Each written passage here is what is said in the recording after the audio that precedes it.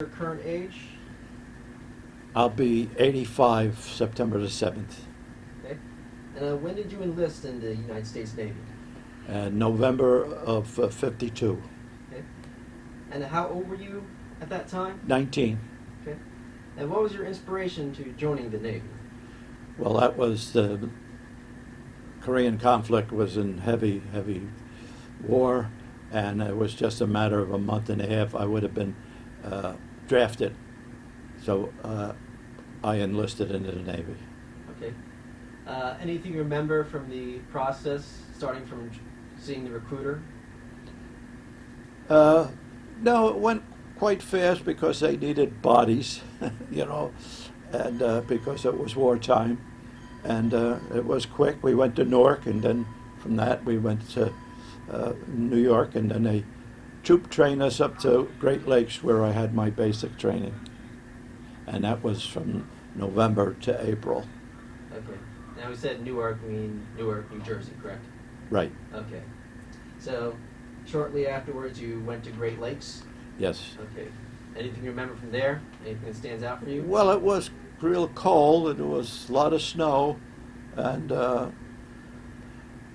I enjoyed boot camp. It wasn't traumatic. I've seen some guys was broken up from leaving home or stuff like that, but no, in fact, I enjoyed boot camp. Okay. Do you remember the marching or the swimming? Yes. Well, we were very distinct. Company 404. We were almost an honor company, honor roll company. We got so many flags. We could get a flag for each duties and stuff. That when we graduated, we didn't graduate with our battalion. We went to the other battalion because the admiral was there, and we were such a distinctive company that they reserved that honor to us to march in front of the admiral. Oh, wow. Did you have any marksmanship training while you were there? Oh yeah, I mean we had semaphore, and which I don't know what they do anymore, but we had that, and rifle drill. We had all the basic trainings, and of course it was winter month, so there was no boating activity on the Great Lakes at that time. Okay. Because of winter. All right. All right. So after Great Lakes, you went to the destroyer, correct? Well, we went on 15 days leave, and then we had to come back to Great Lakes, and then from Great Lakes they troop trained us down to Norfolk, and my ship at the time was down in Gitmo. So then I went on a troop transport to Guantanamo Bay, Cuba, to catch my ship. Okay. And that was the Ingraham, correct? Yes. Okay. And we came back, and we just supplied everything, and within 3 weeks we were on our way to Korea by the way of Atlantic Ocean, Suez Canal. Were you a boiler tech at the time?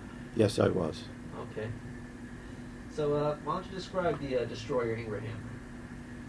Well, as you know, it's a man-of-war ship, and it was thousands of destroyers throughout the Navy, and they were, expendables. We had about 330 people on board, war capacity, when we left. And it was very tight quarters, very confined. And we always said it was 3 hots in a cot, because space was limited and food was limited, but we survived. It was a rough trip because it's only 330 feet long.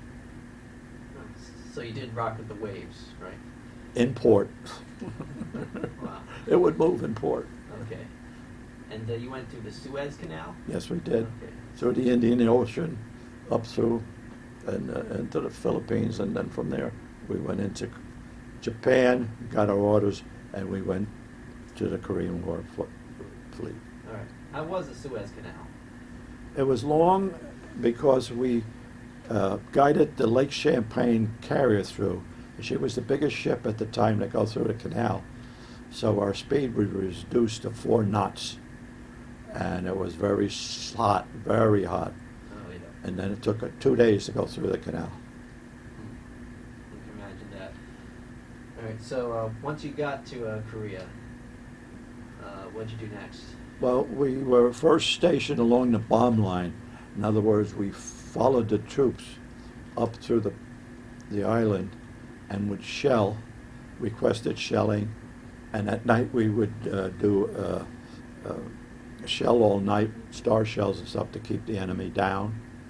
And we were very close to the shore because sometimes they used to skip shot 50 caliber bullets at us, but we never got hit. And we did that for a while, and like I said, we shelled all night sometimes. So wasn't a lot of sleep, and sometimes we were 4 on and 4 off down the boiler rooms. Right. So, and then every other day we pulled back, rearmed and refueled, and then go back to the bomb line. So you go ahead. And then at times we would be relieved and go out to Task Force 77 and plane guard the aircraft carriers with the flights that the planes would go in and strafe and bomb in the inland. Right. At the time, most of the planes were prop planes. We only had the Sabre jets at that time, and but most of the flights were the prop planes. All right. So like Corsairs or Mustangs. Wildcats and stuff, the basic plane at that time. Okay. They were very effective for ground troops because they could hang over the area quite a long time and strafe and stuff, where the jets were just in and out. And most of those were busy fighting the MiGs, the Russian MiGs up in North Korea. All right. So you were providing naval gunfire support with your 5-inch guns, right? Yes, we did. Yeah, we fired, like I said, some night, all night, suppression fire, they used to call it, star shells and stuff like that. So you didn't have much sleep. You never had deployed depth charges or torpedoes No. anything? Well, there was no surface vessels out there, just saipans, and sometimes they were restricted or weren't supposed to be there. So we persuaded them to get out of there. But the main objective was landmines, or sea mines, I should say. They used to float them down the Wonsan Harbor because the tides there were 42 feet in and out, and they float them out with garbage on top out the fleet. There was quite a few destroyers that were hit. None was sunk, but they did cause killed some, mainly in the fire rooms and stuff. But we used to have snipers up on the bridge and sharpshooters and fire anything that floated in the water, and that restricted us from throwing the garbage out. When we went back out to sea to rearm and refuel, that's when we dumped our garbage. Okay. Did you witness any mines detonating? No, I did not. Okay. Right. Were you sailing alongside cruisers or battleships firing? We never was with a battleship, but we were with a cruiser. The Manchester, we did a surprise raid up in the Manchurian border one time, and we took out a bridge and tunnel. And but we were called back quick because our billet, where we circled Wonsan Harbor, the ship that took our spot was hit by a mine, and then it was out of commission, so we had to quick go back and fill that spot. Now, you were the boiler tech, so did you spend most of your time inside the ship? Yes, but my battle station was up on a 3-inch 50 because in a destroyer, the fire rooms were very vulnerable. So if they ever got wiped out, you had boilermen up on deck to take over, not like on the battleship. They were more protected. There was no protection down in the fire rooms. So I was on a 3-inch 50 gun, and I went to Dam Neck, Virginia Gunnery School. Okay, so you were operating that gun, right? Yes. All right. Were you doing alongside gunner's mates? Yes. Okay. You remember firing the guns at hostile targets yourself? We never fired in combat because it was mainly an area aircraft gun, and there was no aircraft that was hostile. Okay. But from there, you witnessed like the 5-inch guns fire, right? Oh, yeah. Okay. Yeah. How was that like?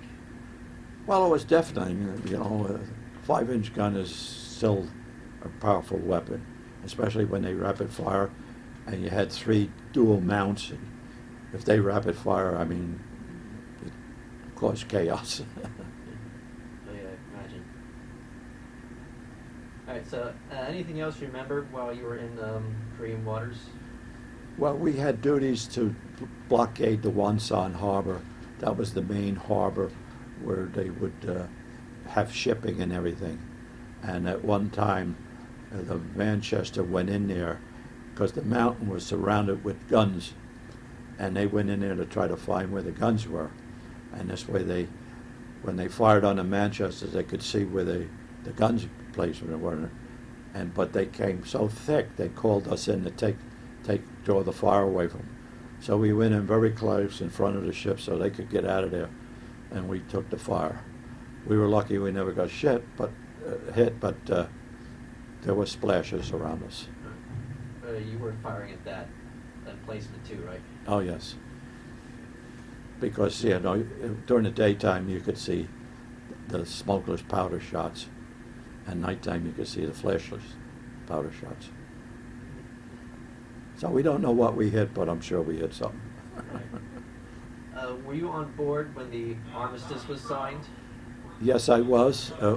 We were relieved for R&R. We were in Hakodate, Japan at the time on R&R, and then it came out that the Armistice was signed.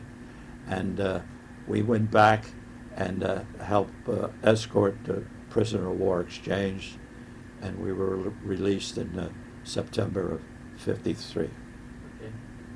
Did you witness that prisoner exchange? Not really. It was on shore. We just was there to guard the hospital ship. Okay. All right. So after that, you returned to the States, correct? Yes, we went back over through the Pacific. So actually, we went around the world. Oh, okay. And port of calls was, of course, Pearl Harbor, Guam, and then we pulled into San Francisco, and it was a big write-up about the tin can because we were the last comeback ship to be relieved from Korea. And all right. So after that, you went to a school in Philadelphia?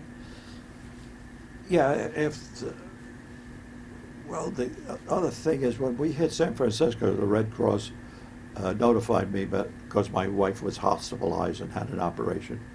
So I left the ship in San Francisco to go home on 30 days leave. Then I caught the ship back in Norfolk.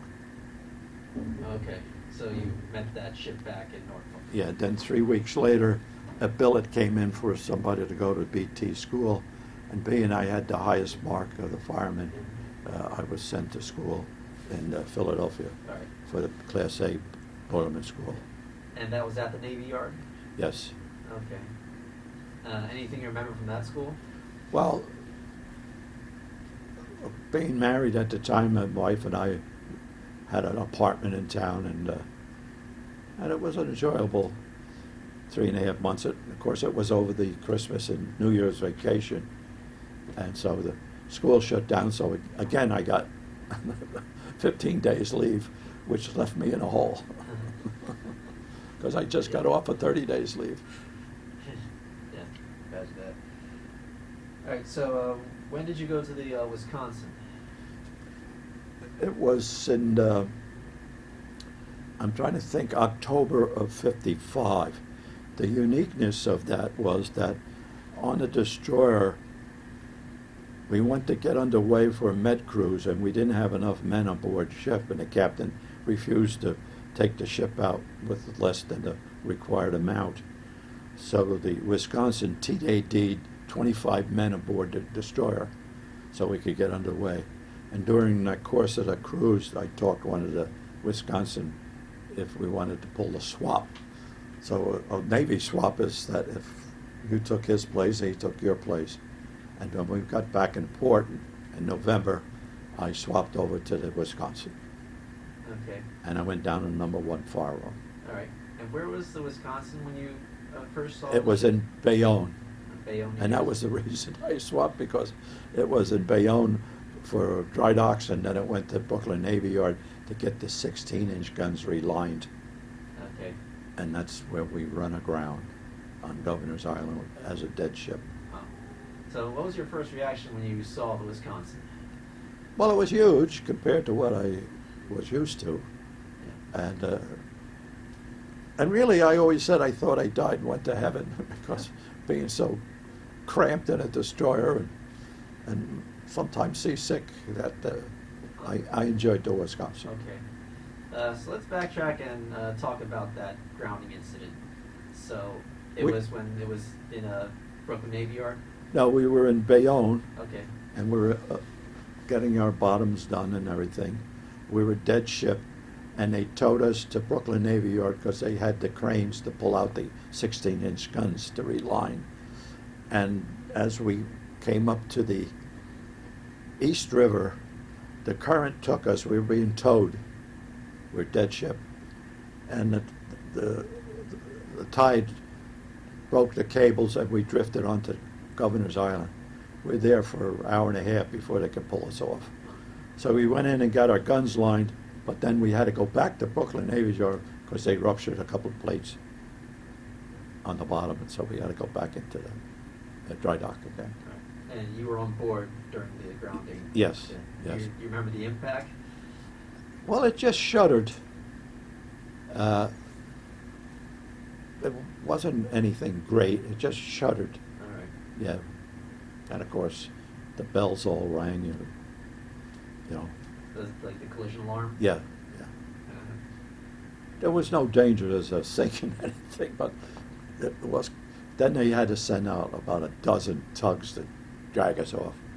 Yeah. And then, of course, it was all lined up with people on the shore and stuff because there's big, massive battleships stuck in the harbor. And it was front page news of the Daily News. Yeah. All right, so after that, did you go to sea trials? Yeah. And we went to Gitmo for retraining, and then we went on a couple of midshipman cruise. We went to South America. Then we went up to Norway and Sweden. You know, being out to sea, especially on a destroyer, they used to call them a Greyhound.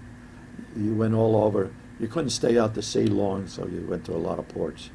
I went to a lot of ports of my career, maybe 25, 30 ports.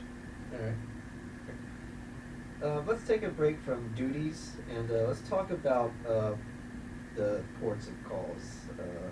Does any of them stand out for you? Any of them that? Well, of course, Japan was quite a thing because that was not too many years after the war, and the money went far. But we didn't get paid in cash. We got paid in scrip. But the scrip money went far, and a lot of trinkets. And of course, it was being that we were in the war zone for 30 days, and we involved ourselves with a lot of libations and stuff like that. But we had a lot of fun. The second best port was in Barcelona. I was there twice, once with the destroyer and once with the battle wagon. And Norway, Stockholm, Sweden, and Norway, Oslo, Norway, they were nice because they were very civilized. Most of the people spoke English then, and don't forget this was in the early 50s. And South America and through there was very, I don't know, deprived ports. You know, there wasn't built up like the rest of them and stuff. You remember sailing through the fjords? Yes, yes. Okay. How was that like? Yeah, well, it was tight and beautiful because you're in between two mountains. It's beautiful, actually beautiful. Okay. Yeah. But the water was always deep enough, right? Oh, yeah. Well, it was a crevice in the earth, you know. Very, very deep. Very deep. Blue waters. Yeah. Do you remember going through the Panama Canal? I got off in San Francisco for emergency leave, so I wasn't on the ship when it went through the Panama Canal. Okay. You remember crossing through the equator? Yes, Lines? yes, that was September 15th. I remember the date well because shortly after that, we crossed the international date line where you live the same day twice. And we had quite a ceremony on the equator, which the Navy kind of slows down on that. That was rough. I mean, beat with hose and they had to drink mustard sauce and have our hair shaved and go through the garbage tunnel. But it was a experience that I remember always. So you are a shellback. I am a trusty shellback, and I belong to the ancient order of the deep. All right. Were you on board the destroyer or the battleship? I was on the destroyer. Okay. But you remember, like, the royal baby, King Neptune? Yes, you had to kiss the royal baby's belly that was smeared with hot sauce and mustard. And when you went to go kiss it, somebody pushed your face right into it. Yeah. It was quite a ceremony. Okay. Do you remember any celebrities or special dignitaries coming on board? Not on the destroyer. We were never involved in some of the celebrities that went on the aircraft carriers or anything because we were just a small ship and there were hundreds and hundreds of destroyers out there. So mainly when the celebrities came, they came to the battle wagon cruisers or the aircraft carriers. No, we didn't see any of them. Right. Yeah. Did you see any when you were on the Wisconsin? We had some show people there, but they were just local, like Spain. They had the famous Spanish dancers and stuff like that. No, the only celebrity on the Wisconsin was when she was bringing up James River to the museum, and a chief balsam mate. He was the man that made the film Man of Honor. He was that diver. I can't remember his off name, but Robert De Niro and Cumming Jr. played him in the movie. How he lost his leg, but he still retained a master diver chief. I met him. I had pictures with him. I talked to him. That was the only celebrity I ever met in the Navy. Okay. All right. So while we're at everyday life on the ship, you said the food on the destroyer wasn't as great.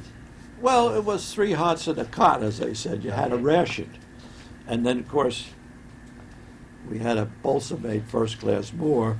He made sure you clean your plate or tray because he stood at the end. And if you didn't eat it, you better put it in your pocket because he'd write you up. Oh. If you took it, you had to eat it. And it was one ration. Bang, bang. All right. And you had 3 meals. That was it. There was no midnight rations or nothing. And ship stores was very seldom open. If it was open, you maybe got a candy bar or a bar of soap and a pack of cigarettes. But other than that, there was no. Later on, they did bring a Coke machine aboard ship. That was handy. It was a cup thing, so you could get a Coke after a while.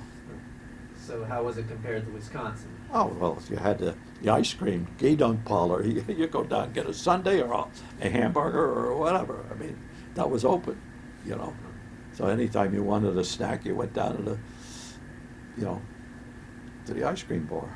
Yeah. And then, of course, we had four mess decks, so if you didn't get enough eat one mess deck, you went over the other side of the ship and went online again. So there was plenty of food and a lot of food. Some of it was self-serving too. Where on a destroyer, there was always somebody there just with a spoon of this or a spoon of that. Oh, okay. So it was like self-service buffet on Wisconsin. Well, not some items. Okay. Some items. All right. But if you wanted more, you say, how about another scoop, and he'd give it to you. Okay. Do you remember any of the food, like any recipes that stand out? Well, I know on the destroyer we used to every Saturday was you know, beans and cornbread, you know, and of course SOS was a staple. It was all edible. I mean, 19 years old, you'd eat the rust off a hinge, you know, you'd never got enough food. So, what was there? My main problem was when they served liver. I couldn't eat the liver, so I swapped that off for an orange or something. Put the liver between two pieces of bread and hawk it off. Just for the historical record, SOS means. Well, excuse my language, shit on a shingle. That was chipped beef on toast. All right. But it was good. I look forward to it. It was edible.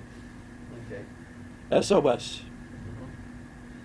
Do you remember any entertainment on board? Like, did they show movies in the fan tail? Yes, every night we had a movie off the Fandale. They would swing number 3 mount, and we shown it off the side. And if it was the inclement weather, we'd go to the porch side and see it there. And if it was really bad, down in the machine shop, which could only accommodate 20, 25 people, we'd have a movie every night. And that was the big thing. We'd be swapping movies whenever we get a chance. We'd swap movies with a can, or when we refueled or rearm, which was quite frequently because our capacity on a destroyer wasn't that great. But, yeah, we always had a movie on the battle wagon, on the fantail. Any periodicals that you had access to, like newspapers or magazines? No, we never had none of that available to us. Okay. Yes. Any recreation you remembered? Well, we were limited because, like I said, we were always underway. We did have a basketball team on the destroyer, but then we used to have boxing teams on the battle wagon. They used to come in port and have tournaments with other ships and stuff.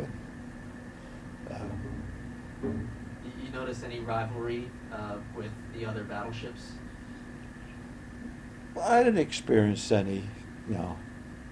Well, in Norfolk, the thing was the destroyermen took over town, and they used to say it was the cock of the walk, because if you ever seen Mr. Roberts in the films, that's what destroyermen do when they go ashore. They just go bananas because it's just rough duty, Okay. very rough duty.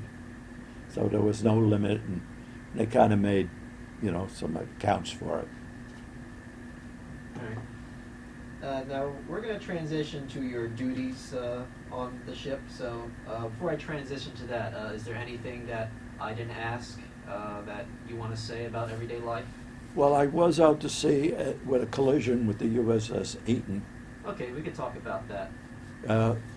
It was in the morning. I was in my rack, and all of a sudden the ship just shuddered. I said, oh, we didn't run aground. It was the same feeling I had when we ran aground. The ship just shuddered. Of course, collision at sea. Put my clothes on, went up topside for collision thing, and by that time, the Eaton was alongside of us. We throwed over ropes. We thought she would sink because we hit her right underneath number 1 mount and went right to the keel. So we were there throwing over life preservers to her. And between the swaying and everything, her mass ripped the part of our bridge apart. And we would think she was going to sink. But then we stayed with her till a tow came out and towed her back in backwards. There was no fatalities. There were 3 men hurt in it. Couldn't understand why somebody wasn't hurt or killed during that accident. She went into dry docks and we went over to see her. We thought she was going to be scrapped, but she came back out and fought in the Vietnam War.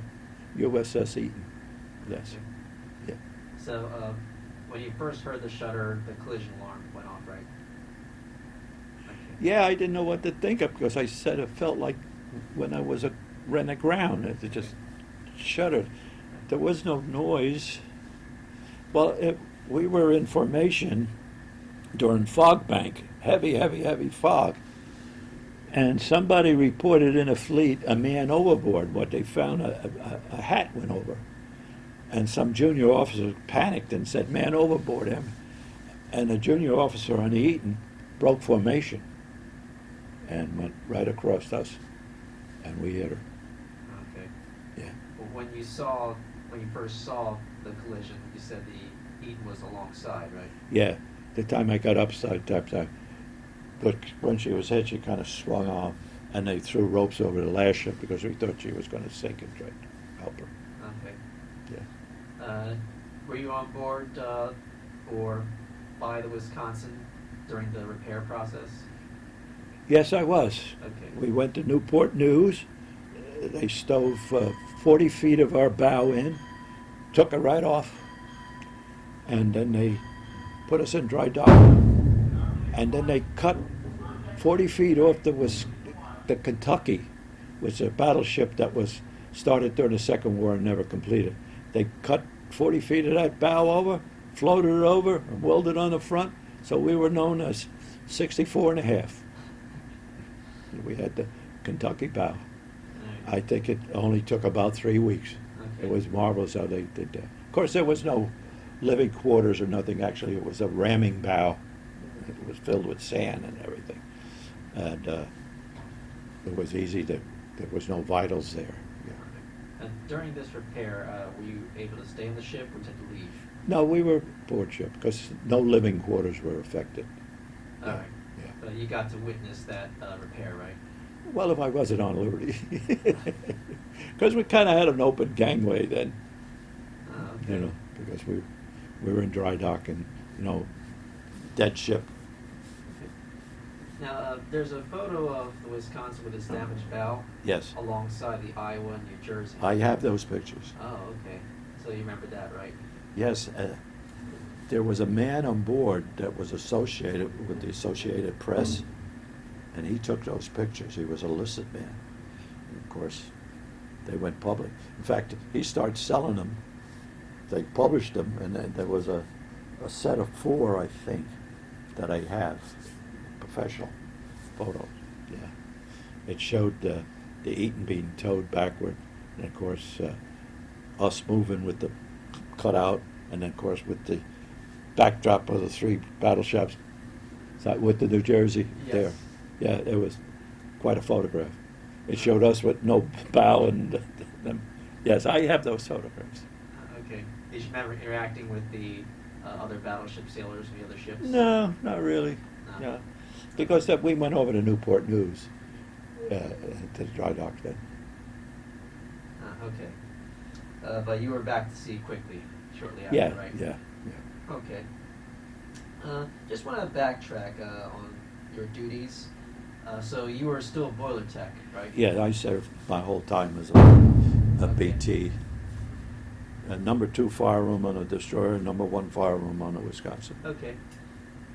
Is there anything you'd like to talk about your duties as a BT? Well, one of the main things that was the highlight, it was in 56. A lot of the sailors were leaving the service because of their enlistments up from the war and just generally. And there wasn't that many petty officers on board.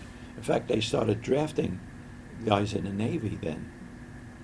And so we were out on sea trials, and as 3rd class, I mean, I wasn't top watch, but for some reason we were going to have sea trials, and they were going to do flank speed for 6 hours to see the endurance of the ship. And I was awarded top watch, which was unusual, but because of my experience in Boilerman School and stuff like that. So we were out steaming at flank, and all of a sudden the 2 watermen up top had said, "Frank, we can't keep control of the water in our boilers." So I said, "Well, take the emergency pump and rotate back and forth, bring your glass all the way up, and then shove the pump off to the other guy and bring it down and back and forth." And finally they said, "We can't keep up." So I notified the the engine room, I says, I'm having trouble maintaining water in my boiler. I says, I don't know what, I should reduce my boiler pressure. If I do that, you might lose your load. But I'm just warning you that if the water disappears, I'm shutting the boilers down. Because if you don't, they'll blow. So I warned them again. I says, in about 2 minutes, I'm going to shut the plant down because the water's going out of sight. I said, so you got to do what you got to do. I got to do what I got to do. So, of course, the water went out of sight, and I shut the plant down, closed the main steam line, and, of course, the ship slowed down, and the siege trials was over. I got a call from the captain down, and then asked me who I was, and this and that, and asked me what happened. I told him what happened. He said, well, great job, guy, great job. And there was never no repercussion. And later on, when we made a report, I said to him, you didn't realize that number fire room drives the longest shaft in a ship. The other boiler rooms' shafts are smaller, the distance out. So our workload is heavier than any of the other three boiler rooms. And being that we had old pumps, you might have to install new pumps or even put a fourth pump in there. But you got to remember, we're driving a shaft, 30-inch shaft, maybe 200, 250 feet longer than anybody else. Yeah. So that was one of the highlights. But I never stood top watch again. That was really reserved for first class. Now on the Wisconsin, did you have any general quarters station or watch station? No, my general quarter station was on Broadway on number 1 fire room. Okay, so it's not like destroyer where you had to man a gun, right? No. Okay. Because a lot of the gun mounts, the 5-inch gun mounts on the battle wagon were manned by the Marine detachment. Okay. Of course, we had 3,000 men on the battle wagon at that time, too. Did you ever meet any of the commanding officers on either ship? Yeah, Captain's Mast once on a destroyer. On the destroyer? Yeah. But no battle wagon. You couldn't get near them. That's where the Marines stood guard. We weren't allowed up on the bridge. Okay. In fact, the thing on the battle wagon, being a snipe, you always had oil on your shoes. And, of course, they always loved their teak decks. And there was only a section that we were allowed to go up to get air. We weren't allowed on the wooden decks unless dress uniforms and dress shoes. Okay. Yeah. Who was captain on the Wisconsin at this time? I really don't know. It's Okay. 60-some years ago. All right. Now, for the historical record, why don't you talk about Captain's Mast, so whoever viewing this may know what Well, it is. when I went aboard the destroyer and being married, and then I found out we were going to the war zone, I went AWOL for a couple of days to say goodbye to my family. And so when I came on board, I had Captain's Mast, and I had 25 days at hard labor out to sea. Okay. And that was it. All right. Okay, so do you remember going to your general quarters stations? Like, do you remember battle stations? Like how much time you had? Yeah, well, it was unique. On all ships, you had a pattern, It was up and aft on the port side and down and starboard on the... So you had the pattern. You had to make sure you kept that pattern so people didn't run into that. On a destroyer, it was just mass hysterics because there was no pattern, I see. Yeah, I thought that pattern was on every ship, but... Well, it was just not possible on a destroyer. I see. Okay. Now, there's a photograph showing all 4 Iowa-class battleships sailing together. Do you remember that moment? I don't remember that. Okay. I did see pictures. All right. Maybe you were in the boiler at the time. More than likely. Okay. Yeah. Did you ever have any encounters with Soviet Navy or Soviet Air Force? Well, we were pulled back for R&R, and we were supposed to go to Singapore, and some Russian ships were in there at the time, and relations were not that great, so they canceled that, and we didn't go in, and we went back to Japan. Okay. But you didn't see any Soviet units? Right? Never, because we were out to sea, and they just said, you're not going in. So we never did see them or come close to them. Okay. Anything else you remember while you were on board the Wisconsin? Well, it was a quick year. When I came aboard, they said, well, gee, you've got a lot of experience and everything, and we're going to make you oil king. And then he looked, he said, well, you only have a year to do. I said, yeah. He said, well, it'll take you 2 years to find out about the oil king, because of the many compartments where you pump oil one side, for stability of the ship. And he said, well, you don't have enough time in the Navy unless you want to ship over. I said, no, thanks. I was ready to get out after 4 years. Okay. Now, do you remember the guns firing? Oh, yeah. Okay. Oh, were you ever out in the upper decks while the guns fired? Yes, I were, unfortunately. And when the 16-inch comes, and boy, did we get a concussion from that. All right. We were where we weren't supposed to be. Okay. How did it feel like when you were in the boilers? Did the guns ever fire while you're in the boilers? We didn't fire much on the Wisconsin, because actually we were just visiting, stuff that I wasn't on during conflicts. Okay. I think we had one cruise down the Gitmo for training where they fired and stuff, but down the boiler room you didn't. Okay. It was a little more sedated down there. Okay. The noise down there was terrible. Right. I'm glad I'm not suffering from tendonitis of the ears. Lucky I can hear good. Right. I am a disabled veteran. I attracted asbestosis from the fire rooms. I'm 40% disabled from the asbestosis. Okay. So while we're at that, starting from like the 60s and 70s, I believe there have been a series of legal issues with the asbestos. Do you remember participating in any of that? Well, I didn't really worry about the Navy asbestos, but I worked in as civilian life dealing with asbestos. I worked as a millwright for General Motors, and I had a lot of asbestos. So we filed suits against other manufacturing people that supplied stuff.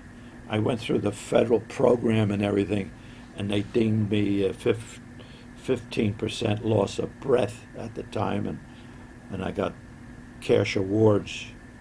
And it wasn't until later in life that I met a buddy of mine I went to school with, and he was asking me about it. And he said, well, you ought to file, Frank. He says, I'm taking you down to the mall. There's a service office down there. And I went down there and talked to him. He says, you come back to the office Monday. And I went there, and he took my vitals, and he made a claim in. And I had no problem with the VA. 3 months I was awarded the compensation, and I got retroactive checks, and I get a check out each month for my disability. And I had no problem. I went through East Orange, veterans in North Jersey, and I had a lot of things with the Red Cross. I swear by the Red Cross too, because 3 times I was called home on emergency leave, and they were right there. So I had great regards for the Red Cross and the Veterans Hospital. Okay. All right, so let's talk about your transitioning from the Navy. So the Wisconsin was the last ship you served in, right? Yes. All right. She wasn't decommissioned while you were leaving, was she? No. Okay. No, she went on to fight in Vietnam. Briefly. Okay. All right, so let's talk about your process of leaving the Navy, how that was like. Well, by the time I left the Navy, I already had 2 children. In fact, I got out 30-some days ahead of time on a hardship because my one daughter was born premature. She was in the hospital 3 months, so the pastor informed the Navy, and they discharged me early. And being a married man with 2 children, I went right to work. I was 3 days out, and I went to work. I worked in my field as a millwright ever since. I worked in 2 plants before I moved to General Motors. And I retired from General Motors with a disability. I fell off a roof when I was 58, and I haven't worked since. Sorry to hear about that. Yeah. Okay, so you said you've visited the Wisconsin Yeah. as a museum, right? Well, I was invited to go to Mississippi when she was recommissioned, but I had bypass surgery, so I didn't make it. But then when I got an invitation to go aboard her when they towed her up James River to the Nautilus for her permanent berth, we went aboard her, and we went up the river, and she went in the Nautilus, and they had a big ceremony, of former shipmates. And then I went aboard her one other time with a friend of mine. I'm looking forward because I'll be going down to Norfolk the end of September here this year, and they have #1 fire room open, so I hope to go down there and see #1 fire room, although I experienced #2 fire room aboard the New Jersey, which brought back memories. So what was your initial reaction when you saw the Wisconsin again? It was my home, and it had that feeling, it was home. I see. Yeah, a lot of memories. Is this your first time on the New Jersey? No, I was here last year. We had ship reunion Okay. in Philadelphia, and we come aboard here then. All right. I go to my ship reunion every year, my destroyer reunion. Every year I go to the reunion. A lot of old guys anymore there, and there are very few World War II left of our association. We're getting thinner and thinner. Okay. Any comparisons you've noticed between New Jersey and Wisconsin, or not at all?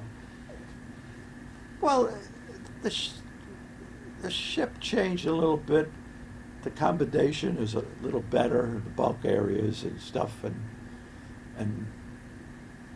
I don't know. It's just Yeah, they did as a replace BT, you didn't roam the ship. I mean, your home was the fire room and your bunk and the mess hall, and I don't know. A lot of places didn't let you roam. If you wasn't in that partnership, they didn't want you there. Okay. All right. So we're just about getting to the close of this interview. So we'll just have a few more questions to finish it off. First of all, what impact in your life did the Navy have for you?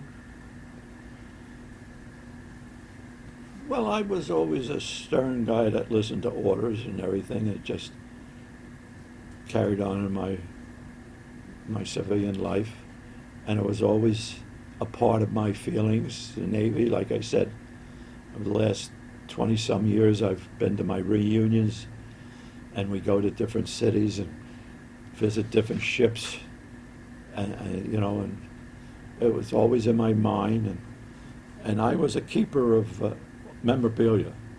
I have briefcases loaded of memorabilia, even to Thanksgiving menus. And when I go to my ship's reunion, I'd have a table out, and everybody, oh, Mike, Frank, how the hell you save this stuff? It's quite an attraction. And I have a lot of stuff from the Wisconsin memorabilia. Okay. Yeah, I even have the picture of the ship when it was christened in Philadelphia. The shipbuilder's official photograph. How I got it, I don't know. That was only for the workers. Oh, there's a photograph of the Wisconsin just to your right. Okay. Yep, that's the Wisconsin. 64 is like barely visible right there. Yeah, Right. yeah. That was all. Okay. Yeah, sure is. I was just amazed at the size, being on a small ship for 3 years. The size just confused me at the time. Uh, Now, you said the destroyer did rock and pitch a lot. Oh, yeah. But the battleship not as much? No, Okay. it was a slow. And I never experienced heavy weather aboard it. Okay. I went through typhoons and hurricanes on the tin cans. I thought we were going to die. Yeah, a tin can even moves alongside dock. A rowboat go by to make it move. All right. Okay, couple last questions. The first one is there anything that I didn't ask that you would like to say?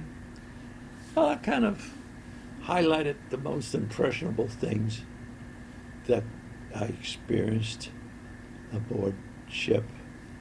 I mean, the destroyer was very active. And like I said, we were called Greyhounds because we were always on the move. At Battle Wagon, we had a lot of short time. But I appreciated the battleship because it was a little better living. Yeah.